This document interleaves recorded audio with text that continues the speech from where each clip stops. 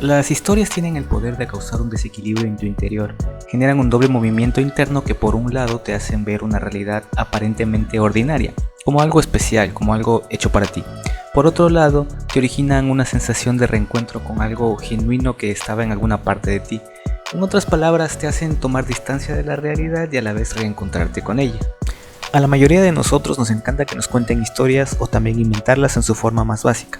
En mayor o menor medida nos interesamos por las historias de los demás, por lo que sucede y cómo se desenvuelve en el tiempo. Según la historia es la novela de los hechos y la novela es la historia de los sentimientos. Esa necesidad es por contra algo mucho más mundano. Es algo mucho más cotidiano que no requiere de ocasiones especiales ni de circunstancias protocolarias. Quien tiene la necesidad de contar historias las tiene como tiene hambre o tiene sed. Por su condición humana, aquella condición de vivir. Incluso me atrevería a decir que quien tiene esa necesidad la ejercita y la satisface hasta sin querer o sin darse cuenta. La necesidad de contar historias puede ser una de las más altas expresiones de resistencia a la realidad, de resistencia a esa realidad que deja en nada a las personas, que las vuelve vulnerables, que las vuelve mortales. De ser así, tal vez la necesidad de contar historias tenga que ver con la necesidad de alcanzar la inmortalidad, porque necesitamos encontrar la forma de ser eternos. Queremos olvidarnos de lo insignificante de nuestro ser al lado de la eternidad del universo. De esa forma nos inventamos métodos de ser eternos, desde lo micro hasta lo macro. Llevamos tan al extremo nuestra necesidad de ser que comprimimos ese ser y lo condensamos dentro de nuestro pecho y lo llamamos alma. Y de alguna manera eso ya nos hace sentir bien porque el tiempo no puede destruir un alma, entonces nos volvemos inmortales. Lo que hacen las historias es enseñarnos a vivir. Nos permiten experimentar en cuerpo ajeno lo que seríamos o sentiríamos en determinadas circunstancias. Nos liberan de nosotros mismos y nos llevan a ver el mundo desde otros ojos. Los seres humanos siempre estamos buscándonos a nosotros mismos. Sospechamos que en nuestro interior también habitan los héroes, los villanos y los exploradores que nos encontramos en las historias que nos cuentan. Las buenas historias le aportan una poética genuina a la existencia, nos permiten crecer, sentirnos más unidos con los demás seres humanos, superar tristezas y encontrar el comienzo de nuevos caminos para poder seguir. Pero, ¿por qué contamos historias? Probablemente tengamos que volver a las cavernas para darle respuesta a esa pregunta. Vayamos, por ejemplo, a Altamira. Todos conocemos sus asombrosos bisontes y ciervos, y pongámonos por un momento en la piel de uno de aquellos primeros hombres. Estamos en los albores de la primavera. Las nieves que siguen dominando los picos de las montañas ya se han fundido en las praderas y el día que recién empieza va a ser agradablemente fresco. La partida de caza ha salido temprano. Las últimas provisiones ya se han terminado y el clan necesita comida. De vuelta a su cueva, con la presa que alimentará a todo el clan durante unos días, el cazador es consciente de que sin ese bisonte probablemente morirían. Mira hacia el techo y unas rocas le recuerdan la forma del animal tal y como lo ha visto. Quiere enseñarle al clan el bisonte. Necesita contarles cómo ha sido la caza. A través de las pinturas y de su vivencia, el cazador ordena su realidad, le da forma y prioriza aquello que es más importante, la supervivencia. Y sobrevivir ha sido el elemento primordial para el ser humano. Somos el único ser consciente de nuestra mortalidad. Narramos historias porque sabemos que no vamos a estar eternamente y caemos sistemáticamente en decirnos historias o más bien mentiras, pues nos surge buscar una forma de explicarnos nuestra existencia. Somos mucho más complejos que los seres que habitan y han habitado el planeta porque ninguna especie antes ha tenido la enfermiza necesidad de saber quién soy. Por la conciencia de mi propia existencia y de crear una existencia social que no envejece, empezamos a negar la muerte a través de historias. Ernest Becker, un estadounidense hijo de inmigrantes judíos, escribe en 1973 La negación de la muerte y basa su filosofía en 4 aspectos. 1.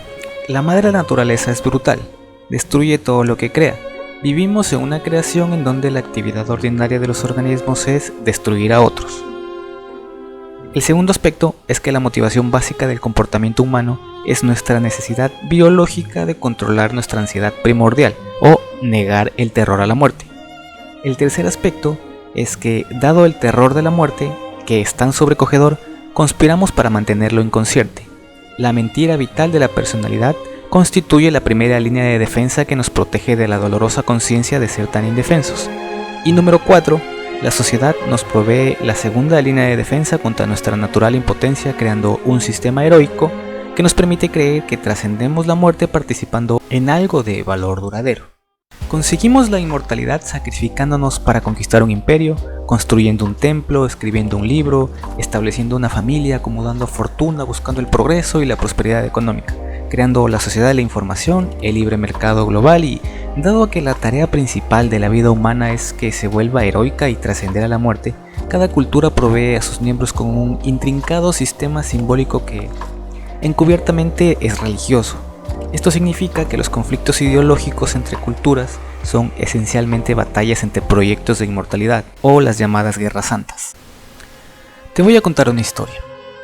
Los humanos, al no ser capaces de entender su propia inexistencia, empezaron a decirse mentiras y estas mentiras fueron mucho mejores que la realidad, porque ver el bisonte en la pared es mucho más fácil que salir a cazarlo. Hicimos un castillo de naipes de mentiras tan grande que con cada soplo de una ligera pero cruel verdad, este tambalea pero no cae. Las historias nos gustan porque nos gustan las mentiras. Creamos un muro para sentirnos seguros. Creamos dioses en nuestra imagen para darle sentido a las cosas.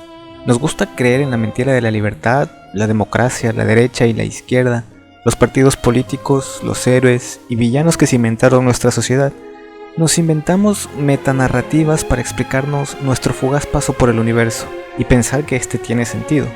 Creamos ídolos y caudillos, religiones y contrarreligiones para saber que todo en lo que creemos tiene sentido, pues al final del día, como individuo, toda la historia de mi vida debe tener una línea cronológica a la que pienso seguir, y sin embargo, como humanidad nos negamos a creer que nuestros logros, nuestras creaciones, nuestra familia, sea solo una historia que nos relatamos para delimitar el sentido y no perdernos en la vastedad del ser.